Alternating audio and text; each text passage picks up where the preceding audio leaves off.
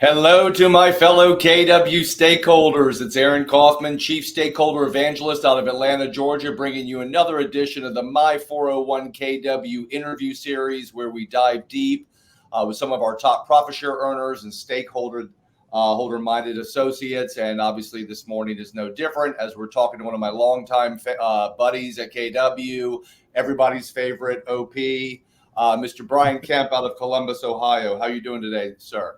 Great, Aaron. Thank you. Thank you. And great talking to you. I know you just had a very monumental achievement in the profit share world. You just broke through the $1 million lifetime profit share earning level. You want to just take a moment to talk about what that means to you in this moment?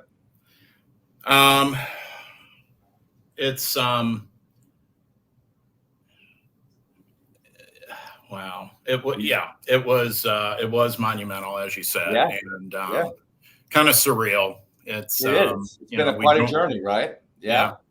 And we'll get into that journey with you, Brian. And I love you. I mean, look, you and I were just going to have a conversation today. Take us back, to before you got into real estate. Okay, before you came to KW. Let's find out who you were, what brought you into real estate, how you ended up coming to Keller Williams. Then we'll get into your profit share journey and what this really means to you and the legacy you're building. But take us back to the beginning, Brian. Who were you before real estate, and how did you get into it?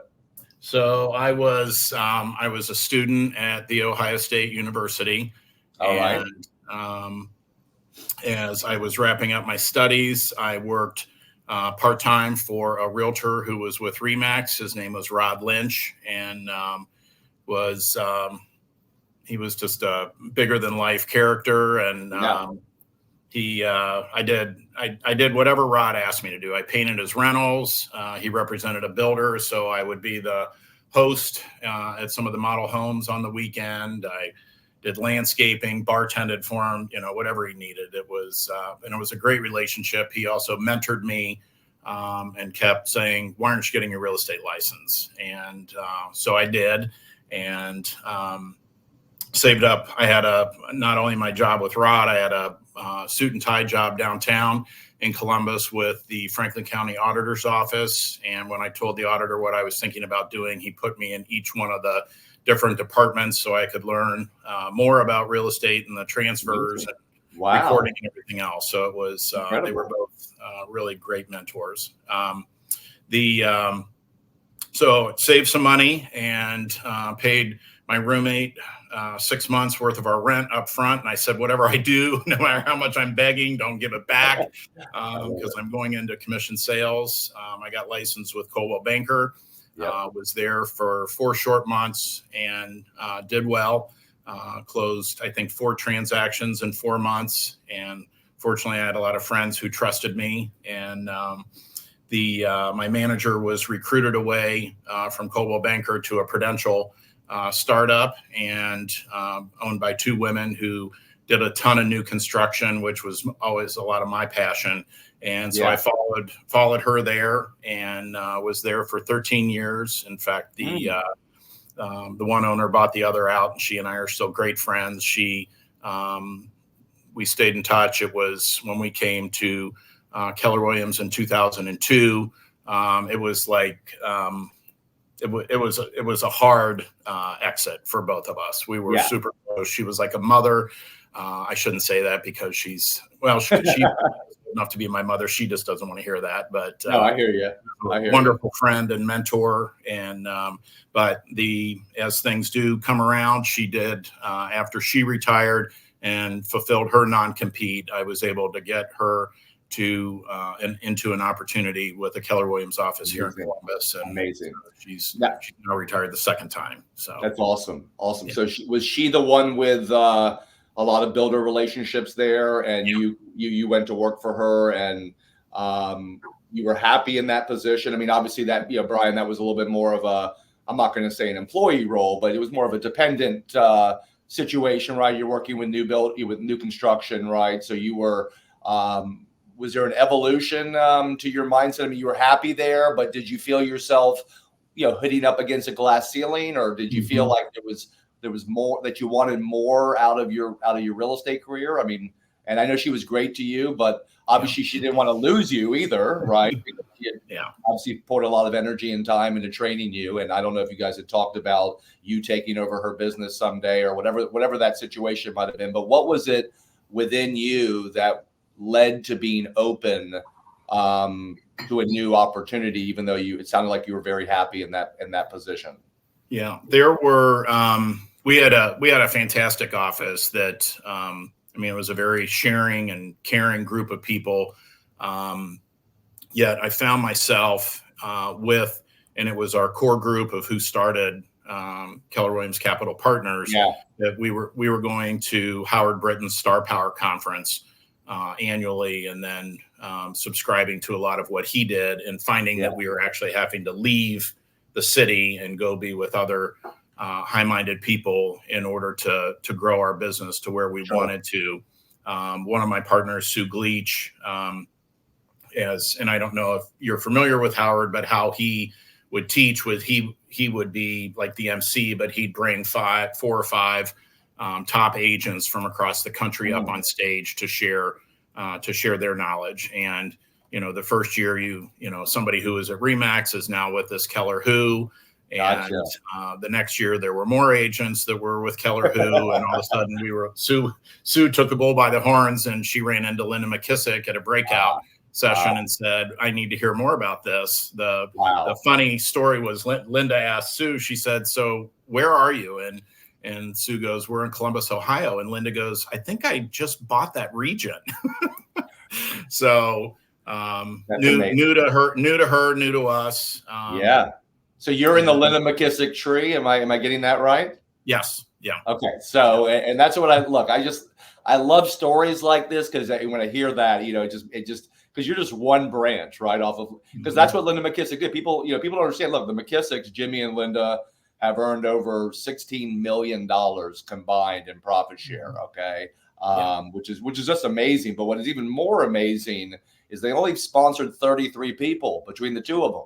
And one of those people was Susan. I got that. Is that correct, Susan? Who then brought in you and started the first franchise in Ohio, right? Which is just incredible. Which also goes to show, right? Like, you just never know, right? You never know who you're talking to, who somebody's going to become at KW, who they might attract. At that point, Brian, you were a successful agent, but I don't think that you have even before you started, diving deep with KW, did you have ideas of ownership opportunities? And did you even see this when you started, this career, that you would have an opportunity to own an office and to build profit share and to do the things that you've been able to do? Was that even on your radar, or was it just, hey, Susan's has come up with this new company coming to town, and I'm open to ideas? I'm just curious how this all sort of took off for you, right? You were being exposed. You were being exposed to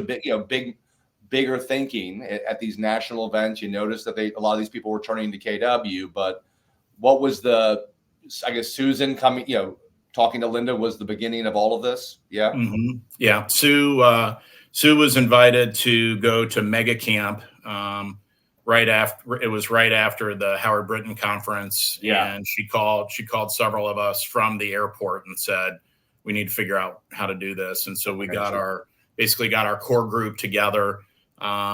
We were all, not knowing anything about the one thing, but we knew what we were good at was we all had good sales businesses. And so we knew, of the 7 of us, we knew none of us wanted to be the broker. We didn't want to be, nobody wanted to be the OP. So we hired into those roles. But from there, we went, after we got our core group together, we did go to FSO, Franchise Systems Orientation, and coming home from there was pivotal. I had a business partner at the time. She and I had been in business together for many years, had grown a very successful team, and we had some tough meetings when we got back, because she did not want to come to KW and I did, and we end up, you can figure out how that ended up. We're still very good friends, but we separated in business, and I obviously went to KW, and she did not. But it took us probably a good year and a half to 2 years of meetings and trying to find office space. And we also, we were concerned and nervous and scared because there was not another Keller Williams office in Ohio. And we're like, what if this is the dumbest thing we've ever done? Yeah, right. But it ended up being, obviously ended up being a very good and smart move. And I'm glad that we took the risk and received the rewards. So it's amazing. And so talk about, so this was 2002, you guys launched, right? But was it 2001 or whatever that you went to FSO and to those? It might have been 2000, Aaron. Yeah, 2000, right. So talk about, right? So like, it's one thing to, hear about this through Linda McKissack to Sue and all this stuff. It's another thing to go to FSO and to go to these events and see Gary Keller speak and Dave Jenks speak and Mo Anderson. So you want to take a moment to kind of talk about just the impact of what that experience, because obviously, Brian, the greatest attraction tools to KW is to get people to these events, right? To see Keller, to get them in front of Gary, to get them in front of, who we are as a company on a large scale. But what was that moment like to go out there and to see Gary speak and Mo speak? And, was there energy in the room? Was there this, talk about, because I mean, obviously, in Gary, we trust. I mean, it's one thing to have an amazing model, but it's another thing to be led by a visionary who's, driven by something so much bigger than just selling houses. You want to talk about, because, so some of our people that we're in business with right now take what we have for granted right now. I mean, this was industry changing in Ohio, right? I mean, there was only dependents and independent companies. Right now, all of a sudden, this innovative agent-centric interdependent model is coming into, Ohio. Talk about that moment and just the energy and your thoughts around that. Yeah, it was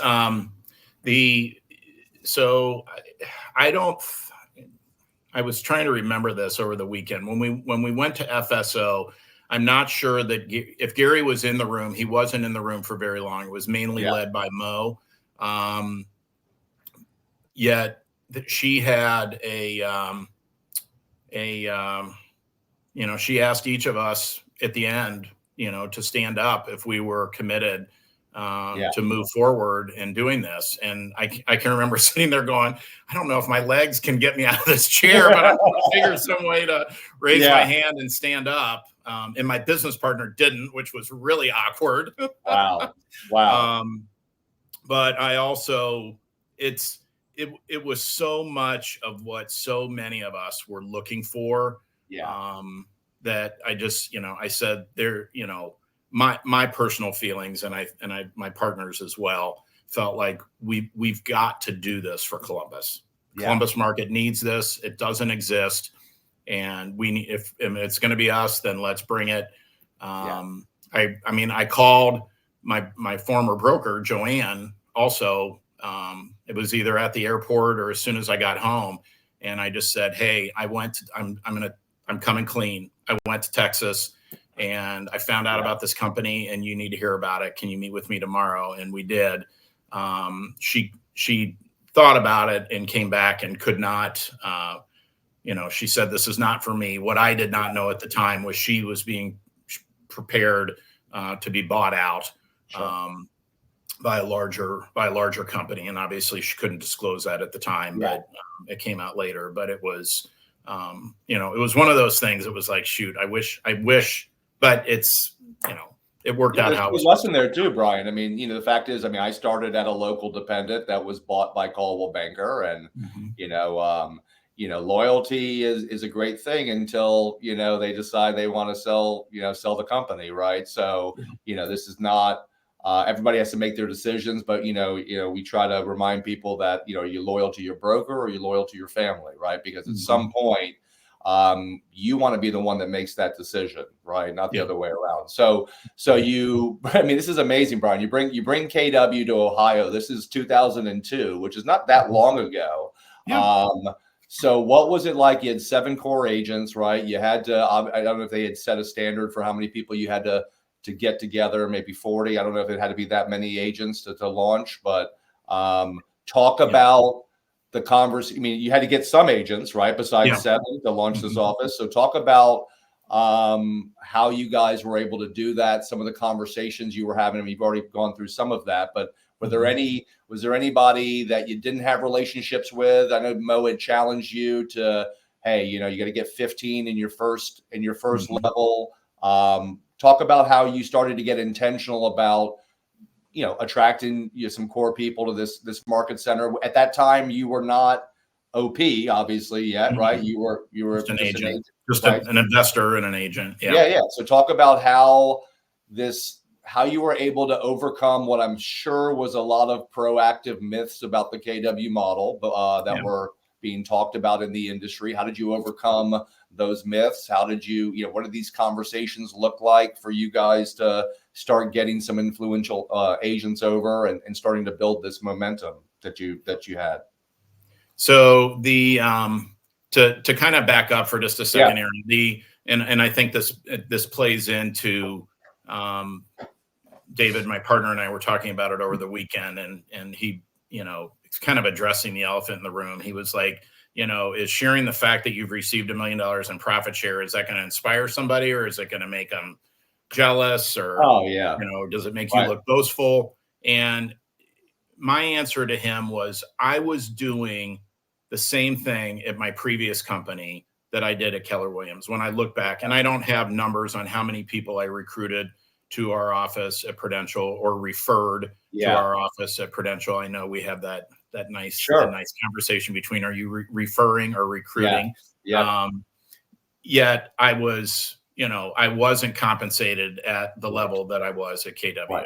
And so getting back to once we started the company, we actually, we were all cognizant that if we wanted this to be successful, we needed it to grow. We had about 3 months where we had some agents who joined us, who may not have been icon agents. They were good agents, may not have been an icon agent. We did have, in the very beginning, one of our people who was in our circle who was supposed to be an investor with us, Nancy Poss. She's also one of the top profit share earners in our region. Longtime RE/MAX agent, and for some personal and health issues, she had to back out of the investment with us and take care of herself. Yet she and one of my business partners surprised all of us when she transferred 3 months after we opened. And we were having a meeting we were having an investor meeting in the conference room, and she busted in with flowers and said, "I'm here." And it was that to me was still one of the most pivotal. I thought, okay, if we've got Nancy, we're good. That's amazing. It was kind of the tip of the iceberg, and we continued to grow from there. As I've shared with you in the past, this, and this full well, profit share is an equal opportunity with unequal outcomes. Of the 7 of us that started the market center, 3 of us receive profit share at a very high level, and 4 do not. The 3 of us were purposeful about it. We'd meet about who we were talking to, and if we needed help. I believe that we had 2 team leaders, I think, in our first 2.5 years. So a lot of that did rely on us. The other thing that was interesting, though, Aaron, because of our involvement within the board, different other community groups that we were with, a lot of it was lead receiving. And natural attraction. We didn't have to make a lot of cold calls. I love that. And Brian, a couple things. One is, you're making the obvious point.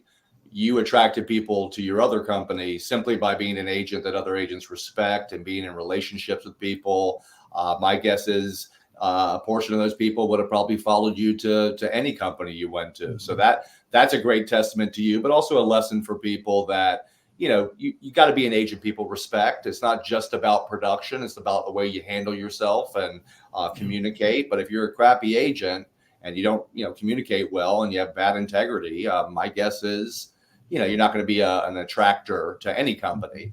The other thing, Brian, I wanted to say is, As you know, profit share continues to be the best kept secret in Keller Williams. Not only does less than 30% of our agents participate in it, 20% of the people that participate earn 80% of the profit share. So, Brian, that means less than 6% of us are earning 80% of the profit share. So when people like you, and I get it when you're an OP or you're a team leader, you get a little bit hesitant to want to talk about your profit share. But the fact is, I mean, Brian, if you don't share your story, who is, right? The fact is, hello, number one, we're an open book company. So like, if you don't want to share it, that's fine. I'll just look up how much profit share you do earn.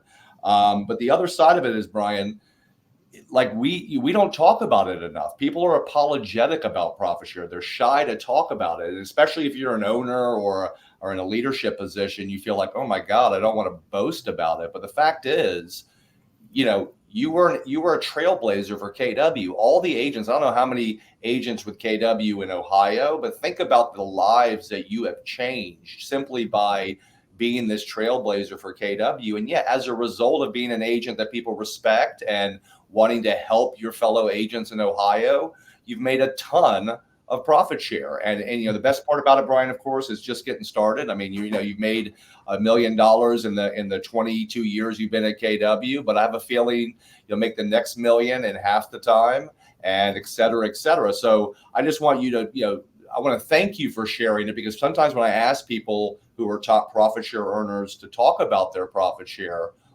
they're hesitant, right? Because they think it somehow comes across as boasting. And the fact is, it's not boasting. It's sharing the story. And if all we do is inspire one person today, it's a total win. So thank you again for, being willing to talk about it. But, I'm shouting it from the mountaintops, and I wish more people in this company would, because if we did, my guess is more people would be purposeful about it. So, all right. So how long did it take you guys to get profitable when you launched? I mean, and was profit share a conversation, Brian? I mean, look, when you're investing in a KW Market Center, right? Yeah. You understand that this model is agent centric. I'm going to be ultimately, if I do this right, giving up almost half my profits back to the agents that helped me grow it. What was your thoughts about profit share as an investor owner? Okay.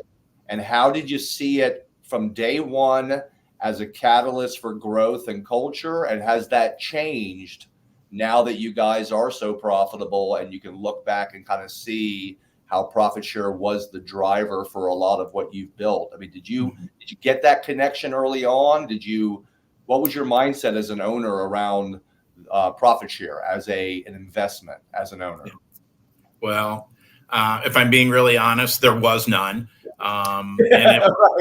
I think of the 7 pillars of why we joined, the different reasons why we wanted to bring KW to Columbus, the ALC, the education, the training, the coaching, all the other, culture, the fact that it's an open book company. Those were all top of mind. Profit share was dead last. Yeah. Honestly. I mean, you think culture, one of those big, this idea of building a culture, right? Right. Amen. But you didn't understand at that moment, maybe, how profit share was going to be the catalyst, right, for a culture, right? I mean, you didn't get that in the beginning, right? I know you get that now, but it wasn't on your radar. It was an afterthought, right? Yeah. And so how did that grow? How did your feelings around, because you're a real evangelist too around profit share, not just in your market center, but just in your commenting and your activity in the mastermind group. So talk about how the evolution of your mindset around profit share as an associate, okay? Somebody that was getting intentional about it, who in the beginning probably wasn't receiving, large checks for a while, I would guess, while you guys were building this market center. And then what was the evolution as an owner of, wow, okay, we're giving up this profit share, and I'm starting to see how that's starting to be a catalyst for something bigger that maybe I didn't fully understand when I bought this franchise. So as we, not to rehash, but we opened in August of 2002 was the first month that we were open. And I think you have a copy of my lifetime report there. In November, our MCA came back and called a meeting with Sue Bleach, Joanne Labuda, and myself. And she said, I need to talk to you. And we're like, oh gosh, what do we do now? And she said, I just transmitted, and we're going to have a profit share report coming out. And there was profit in the month of November. And so we were like, okay, great. And then on the 21st of November, I can remember her calling us again and saying, get in my office. And she had the reports printed out, and my check was for $14.94. I love it. And Sue's and Joanne were very similar. They were, Sue's might've been a little higher at $20, and Joanne's was right around my check. But you would have thought that the three of us had hit the Powerball. Yeah. And we were just like, oh my gosh, how did this happen? And this is real. Yeah, and so early too, right? I mean, that's some market centers been around for a long time and haven't profit shared that much yet. But the point is, so you're all right. So this, so you guys get these checks, and I hear it all the time, Brian. Right? It's your first check. Who cares how much your first check is? The fact is, I think that's when you start to realize, holy smokes, I made some money without working, and I'm not even really focusing on it, right? I mean, it just sort of happened. But so you guys celebrated around that, right? I'm assuming it continues to grow and grow, and you guys are building. Is this happening in Columbus? Is Columbus the first location for KW in Ohio, or was that, did you end up? Yeah. Okay. So that was there was an office that opened in Cleveland right after we did, but we were the first, and then 2 additional offices opened in Columbus right after us. I think Dayton was next after Cleveland, and so it started to get momentum. One of the things we did do very early on, which I want to make sure that if you're not doing this, go meet with your MCA and have your profit share put in a separate account. Most people just put it in their business checking account, and they, occasionally something shows up, or they look at it and say, what is this? Put it in a money market or a completely separate account, so that you can see it grow and see what it is and watch it, and then do something purposeful with it. So there's going to be a bunch of MCAs that are going to be mad at me after this phone call, but it doesn't take that long, and do it. Your family will thank you, and you'll start to see that grow. A couple of things, Aaron, when you talked about that, my MCA, I shared with her that I was going to be on this call with you, and she loves numbers and loves to tell a story with the numbers. And so I sent everything to her, plus she had what she had. And she brought back some really interesting facts that since that first check in November of 2002, I've received a profit share check every single month except for 3. There were 3 months where we were not profitable. And so that I thought that was interesting. And I also, as we talked about, Mo said it, Gary said it, Linda McKissack shared it with us, grow that first level, your first line, concentrate on growing that to 15 as soon as possible. And I have hovered between 21 and 25 people in my first line for a very long time. And also concentrate on who those people are that are in that first line, and make sure that they're getting a little extra love from you. I mean, they're, Karen Prawl is in my sixth line. And if I didn't call her out on this call, she would call and yell at me later and say, hey, you didn't mention me. So Karen, this one's for you. But Karen was a team leader. They always say one of the best things to have in your downline is a team leader, because they will grow it. And my 7th line is very much a blessing from Karen Prawl. And you said, Brian, that you make an overwhelming majority of your profit share money right now every month off your 5th, 6th, and 7th levels, right? And we always say, if you build it wide, time will take it deep. That's an old Dave Jenks saying. Shout out to Dave Jenks. But I look at them. Before I made profit share kind of my thing. I sat down with my father who is a PhD from Emory, physics professor, and I printed out Althea Osborne's downline, and I think Linda McKissack maybe had shared with me her profit share report. But we looked at the numbers and we're like, look, and this was 2005 for me, but I always tell people, Brian, there's no there's no column on the return on investment spreadsheet for profit share for faith. Okay. Now it's proven. Okay. We're literally about to pass through the $2 billion profit share mark as a company before MegaCamp this year. I think actually we're going to do it this month as well. Wow. We're going to pass through. So it's pretty proven now. People are not really saying Keller who so much, but back then when we were still emerging and not maybe, nowhere near as profitable as a company as we are right now, right? You have to have a component of faith, right? You can't predict who somebody might become, who they might attract. And even though I went after predominantly brand new agents on the internet, some of the people I sponsored at KW are now team leaders, OP. They run communities of KW, right? So everybody's a lottery ticket. So going back, Brian, to first of all, you've been hovering between 20 and 25 first level because you've continued to add people, but obviously there's a level of attrition at KW, right? We lose people, we add people. So you've been consistent with that. How many people do you have after now having about 20 to 25 people in your first level? How many people are in your tree total? I'm just curious. 1,022. That is amazing. That is amazing. Yep. So what was your, back when Mo challenged you about that, what was your plan? Mo says get 15 in your, so what was your plan around this? I know you're very intentional. So when she said, hey, get your first 15, what did Brian do to focus on that, to time block for that, and to achieve that? What was your steps that you went through? And then tell me about just some of the conversations, because I'm sure you initially leverage your relationships, but I'm assuming at some point you had to have a little bit more colder, more purposeful conversations with people that you didn't know so well. So talk about all of that. So to go back for a second again and give a little more love to Rod Lynch, when you talked about being an influencer, being influential in the market, Rod, one of the greatest gifts that Rod shared with me, or pieces of advice, was to always be the best co-op agent you could be.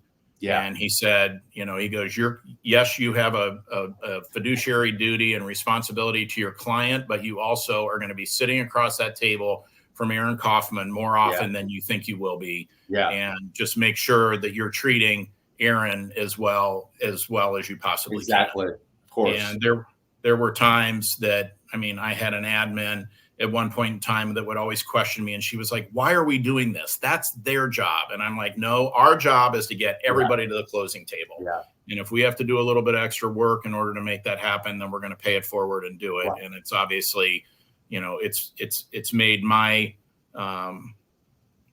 my conversations about Keller Williams easier in the long run.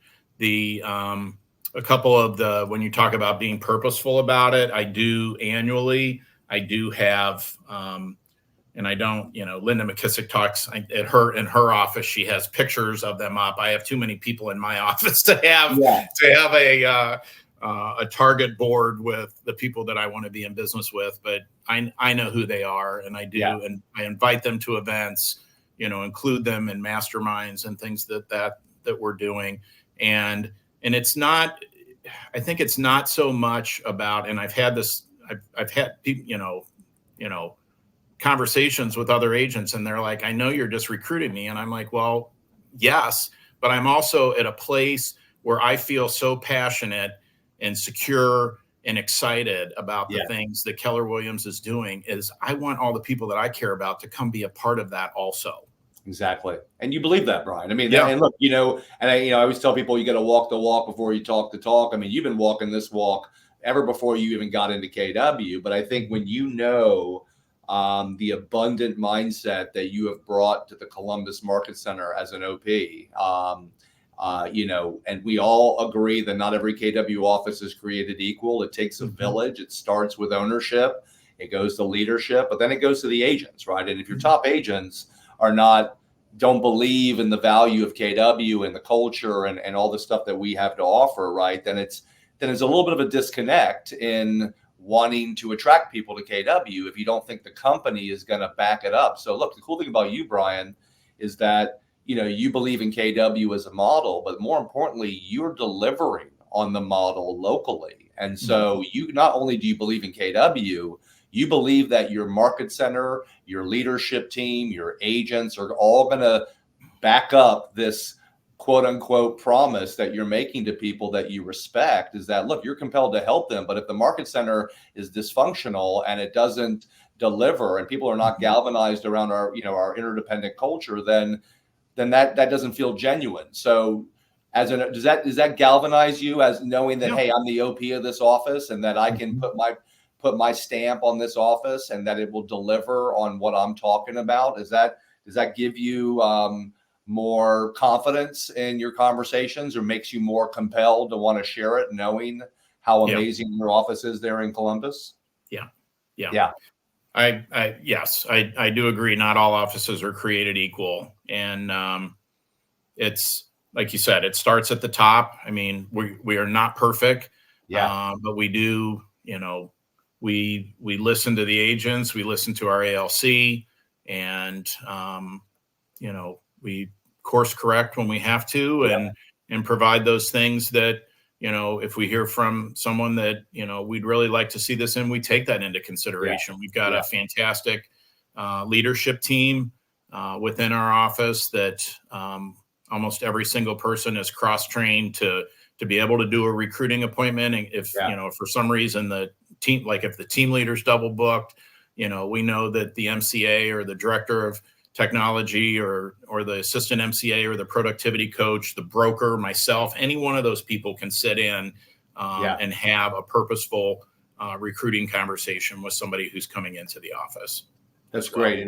And so how do you, look, some market centers, I mean, it helps if you have a history of being a very profitable market center, okay, to then talk about it because it's real. So what are some of the intentional things that you guys do in your market center to keep profit share at front of mind, even in a shifting market when it's down? Because even though we're in a down market and profit share is down, I think we're still going to get back $100 million in profit share this year as a company. And, I believe in a shifting market, the money that we're giving back in profit share is more valuable to our associates because they need it right now more than ever.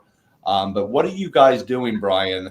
When there's so many things going on in the industry, right? I mean, the focus right now is obviously not profit share. It's how do I provide value to buyers? How do I lead generate? How do I survive the moment and thrive? So how are you intentional about profit share normally? Has it changed in this market? What are you doing to kind of to power through this market and continue to keep your agents excited about growing the office and making it more profitable? We do the monthly reports, and those are shared amongst the leadership team so that you can see where the agent is monthly, but also year to date. We've used your calculation that you've shared with us that how much money would you have to have in the bank earning 4.5% interest to receive this kind of money. We will, and I say we will, we have been in the past and we have lagged off on this, but teaching more profit share classes. We did have you come in and you were very well received you were in our office within the last 6 months, I think. Yep. I've been there. That was like the third time or fourth time I've been there, at least. in the last decade. And look, one thing that I always remember about your office is you've got some amazing agents, right? That really always show up, right? I mean, I know I'm forgetting some of your agents, but you got Joe Jackson there, right? I mean, that dude is as Columbus and Ohio State, Cleveland Indian as anybody I've ever met. But I mean, I think that when you have an office like that, right? The agents, even though you have an amazing leadership team, I would imagine a lot of your top agents are doing some of the heavy lifting for you on the ALC or not on the ALC. But that that's when it really starts to get exciting, especially in a down market, when I believe, Brian, agents want that and need that more than ever. They want to have community, culture. They want to be at a company that's trying to build tech to protect them in an industry that's trying to turn them into low-paid door openers. So I don't know about you. I feel like right now is one of the best opportunities to get purposeful about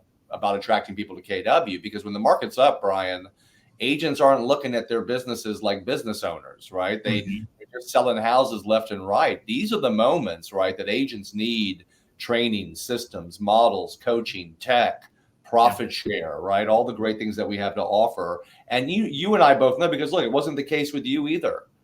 You weren't driven by profit share money. I mean, the money, talking about profit share is not the conversation that drives the behavior. It's the conversation about, hey, we're all vested financially in each other's success. And what an advantage we have as a company, as agents, if we buy into that in an industry where everybody's just kind of on their own, right? So do you guys try to make that connection, Brian? Do you ever, I mean, now that you're 22 years into this company and you see what profit share has done for you, what it's done for KW, how it has kind of galvanized us, as a company to buy into something bigger. Do you guys try to talk about that a little bit more now in these moments when culture maybe is more important than it is in an up market? Yeah. And I think it's, as you talked about agents businesses, and I think, they're also, one of the topics of our conversation at our most recent ALC meeting was, what are some additional things that we could be doing for additional sources of income? Jimmy and Linda McKissack were on stage with Gary at Mega Camp several years ago and talked about all their different businesses, from construction to rentals, short-term rentals, all the different things that they're doing, and also included profit share. And Gary said, so what did you have to do with these businesses when you got them started? And Jimmy's like, well, you've got to hire an accountant, and you've got to hire an attorney, and you've got to go rent space, and you got to go get people, and you have to do all these other things. And he goes, oh, wait a minute. I didn't have to do any of that. You didn't have to invest any money up front with his profit share, with their profit share. I love that business. All right. So you finish that. I'm sorry. I didn't mean to cut you off. I was just going to say, I mean, what an incredible gift that has been given to all of us to be able to build. We're supposed to have, 6 or 7 sources of income, and to have one where the only thing that you have to invest in upfront is your time and your reputation, and having some conversations with people. And Aaron, as you've done, I mean, there's different ways to do it. You can build a website and recruit new agents into that. You can have conversations. You can build networking groups within your own city. So there's lots of different ways to build a profit share business. Yeah, and there's a lot of ways to sell real estate too, right? They don't all involve having relationships, although obviously fostering relationships in your database it's probably the easiest and biggest way to grow a real estate business. But some people move to a new town, they got to cold call expired listings, FSBOs, they got to do pay-per-clicks, right? So look, I always tell people, Brian, if you're going to get intentional about profit share, you got to be honest with yourself and ask yourself, what lead generation source is really a fit for my personality, but more importantly, sustainable over time, right? Because this has to be something that you want to do. You want to be compelled to do. And agents tend to avoid things that they don't want to do. I mean, if you're not a door knocking agent, you hate door knocking, my guess is you're probably not going to use that as a lead gen source. But there are other sources that you can have a lot of success with if you find one that's a fit for your personality. And that's why I loved new agents, Brian. I was never a mega agent. I didn't hang out with real estate agents. I'm more of a teacher. I like talking to new agents. They say thank you when they get off the phone, and the qualities and the quantity. The other thing I want to say is this. I mean, a couple things. One is, imagine if Jimmy and Linda McKissack were too shy to talk about profit share because they thought they would come across as boasting. You think, think about that, Brian, right? Like today, feed off of them what the McKissacks did, because they painted a vision for you to get to see what this could be, and now you're painting a vision for other people. And the great thing is, man, I mean, like, you only sponsored probably 30, 40 people total to KW in your career, and you've already made $1 million, not to mention what this will be over the course of your lifetime and beyond. But, I always heard a great quote from Jimmy McKissack. I remember I saw him speak at a Hold breakout session at Family Reunion many years ago. And he was up there talking about, obviously real estate investments. And they asked Jimmy to give a shout out, a parting shot to everybody in the room. And he said, look, the greatest, and keep in mind the McKissacks at that time were earning about $4 million a year in passive income, right? Over $1 million off their real estate they owned, over $1 million off their 7th level real estate team that they had leveraged themselves out of, and over $1 million over profit share. And I remember Jimmy said, he said the greatest investment Linda and I ever made was in KW profit share.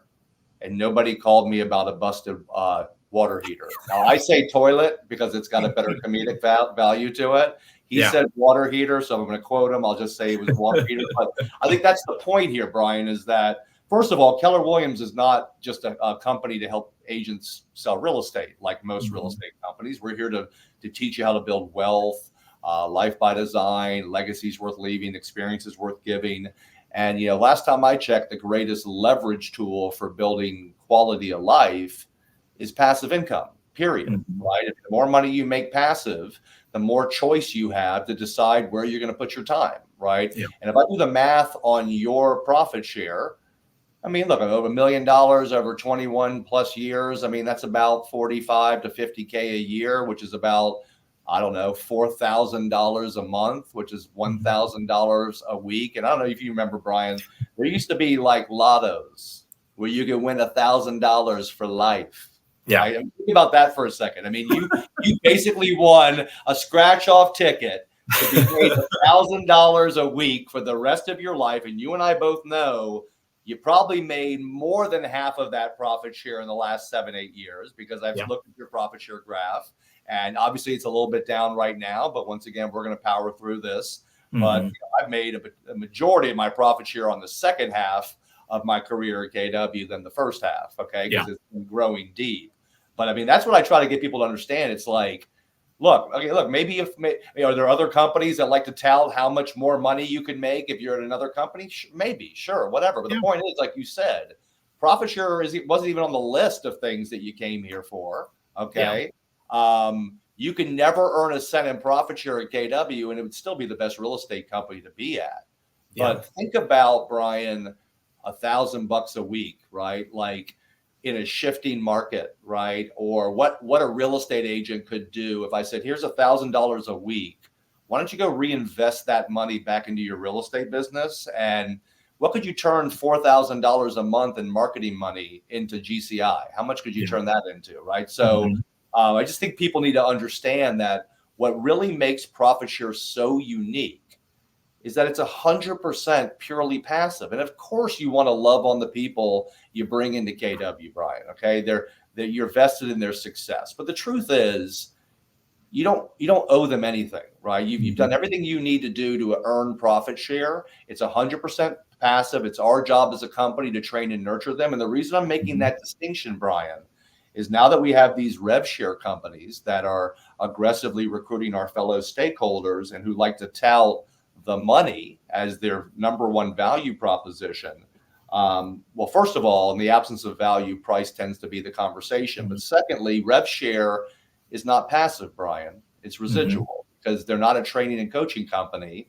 And it's your job to train and nurture agents you bring into those type of companies. And then the second thing, Brian, that I'm trying to get to is that for our associates, they need to understand that they're not just vested when they participate in profit share, they're not just vested in the success of the agents in their profit share tree.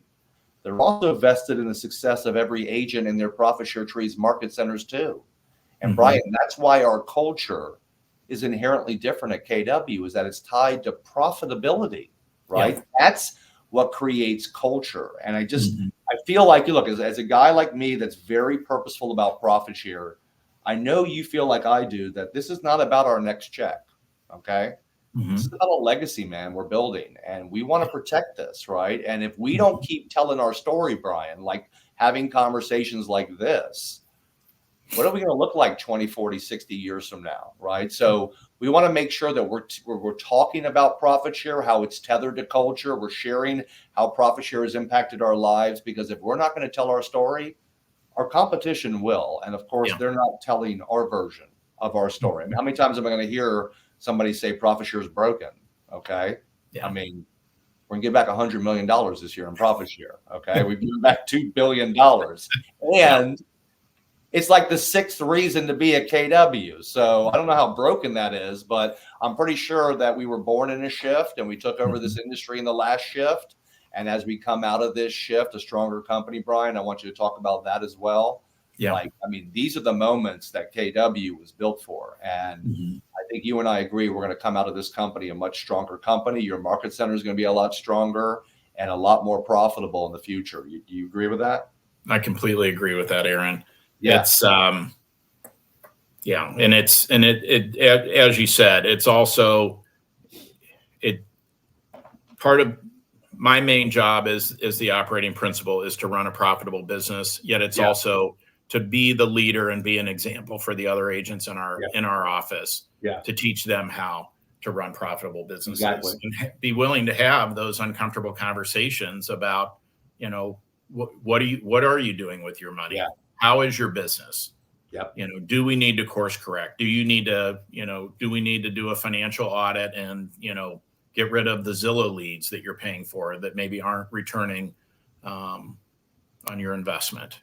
So and are supporting an entity that's trying to turn you into a low paid door opener, that part too. Hopefully you're mentioning that part, that you're being cannibalized by technology. I don't know, maybe you should help us grow and involve our tech, since we're trying to help you fight for the future of your profession. But once again, Brian, that goes to another conversation, which is if you're not, as my friend Barry Paley, a top agent in New York, would say, if you're not getting into the river, that is the KW ecosystem, and you're not culture driven, you're not following our systems and models, you're not helping us evolve our tech, you're not really purposeful or care about the profitability of your market center, it's kind of hard to have a high level, authentic conversation with someone about our company if you're not participating in the reasons to be in business with us, right? And so, I just hope, and look, I get it. Look, in a down market, people are just trying to survive. I understand. Hey, you can buy leads, this and that. I'm just saying you could probably, from what I understand, maybe I'm crazy, but the money you're paying Zillow, if you invested that into a command campaign, a Facebook campaign, you probably would get a better return on investment. And Zillow won't be chasing that client the rest of your life. Okay. So, I just think these are the moments that people need to understand, that when you want to be purposeful about profit share, it starts with really thinking and acting like a stakeholder and showing up and getting into the river and letting this company impact your business and life. And then that's what compels you to want to share it versus being driven by profit share and having profit share breath, which we know some people tend to do, who are driven just by the money, right? There's times to have those conversations and times not to. Yes. And Brian, I mean, look, when agents go on listing presentations, right? I mean, don't they start with the seller's why first, right? Instead of just kicking the door open and saying, here's everything I got. And look, I'm, obviously I love to talk about all the things that KW has to offer, but I'm not vomiting 3 hours of KW and how awesome it is on people. I want to find out what's important to those people that I'm talking to, and then show them how, KW has maybe helped me achieve that, or will help them in the future. And look, the great thing about attracting people to KW, Brian, is one, it's not your job to recruit. Okay. That's leadership's job, but you have more things that you can share with people right now just to come from contribution, MREA books, shift books, Zoom calls, inviting them to training, that KW do all the heavy lifting for you. You just have to be an agent that people respect. Yeah, absolutely. The other thing, Aaron, talking about the market. People have asked in the past, what have I done with my profit share money? And I lived through '08 and '09, barely. And we had a lot of life changes. And we adopted our son in 2008, and I made some business decisions to be with him. And I dropped him off at preschool and picked him up. So real estate, if it didn't happen between 8:30 and 3 o'clock, it didn't happen because I was committed to being with him. And I can look back, and there were months where, my profit share and the accumulation of that is what helped me survive in that market and be able to do those things. Exactly. But it's also, we were talking about Linda and Jimmy earlier, and Linda and Jimmy are also the first people at an auction. You'll go to a KW Cares auction, and they're the first ones to raise their hand to buy the biggest thing. And you don't get to do that, it's like, you don't just wake up someday and have an abundant mindset. You are abundant. And we know the McKissacks came from a tremendous amount of debt, to build this empire that they've built. And obviously they've passed it on. The next generation with Perez is in obviously in good hands. But they have always been that way, right? And I would guess that they haven't changed a lot since they've made the kind of money that they've made. And I always heard the stories of Linda going to these events and then ending up with agents in her hotel room where she would start consulting them on their business. But it sounds like, that's what happened with Sue. That's what happened. But it shows you, right, when Linda McKissack's on stage, right, and she's an agent that other agents are in awe of, and she's always coming from contribution. And also, let's get real, being intentional. It's not like she just stumbles into profit share. She's intentional, and she continues the conversation. She even gets people up to their, her hotel room for a little breakout session. But that's where your unfair share is made. And I think about people like Althea Osborne, and how she, even though she was, well off and one of our top profit share earners, she I don't know the full story, but I'm pretty sure she made a cold call to somebody in South Africa and got that whole country. Yes. Right. She was on vacation. Well, right. So I'm just saying, I think she said, I just want to check in. I'm here in South Africa. But it just shows you that you miss 100% of every shot you don't take. And oftentimes, Brian, I think a lot of our associates think that the top agents in their market have bbeen recruited. Okay. And oftentimes they haven't. They just, people think that they have. And, Joe Rothschild, which is a great story, one of the top RE/MAX agent in Texas, nobody ever tried to attract him to KW. He picked up the phone, he called Mark Willis, and that's how he ended up joining KW. But we just assume that everybody's been talked to. And then the other side of that, Brian, is this, people's whys change, right? I know my why has changed quite a bit since the pandemic. Your why has obviously changed since you adopted your son. And sometimes people you talk to, a couple of years ago, their why has changed since the last time you talked to them. And so if you stay in relationships with them and you come from contribution, sometimes those conversations, they come back to you because now they're ready to receive it, or their why has changed. You want to speak to that for a second? Is there any? To jump in on that, Aaron, when I'm having conversations with people, if it's coming to a point where they're like, hey, we're good, I'm good, I like where I'm at, and I close it with saying that's awesome, and I'm happy for you. Yet, will you make a commitment or a promise to me that if you're ever not, when you go in and that copy machine runs out of paper and you're mad, please make sure that I'm your first phone call. Yeah, I love that.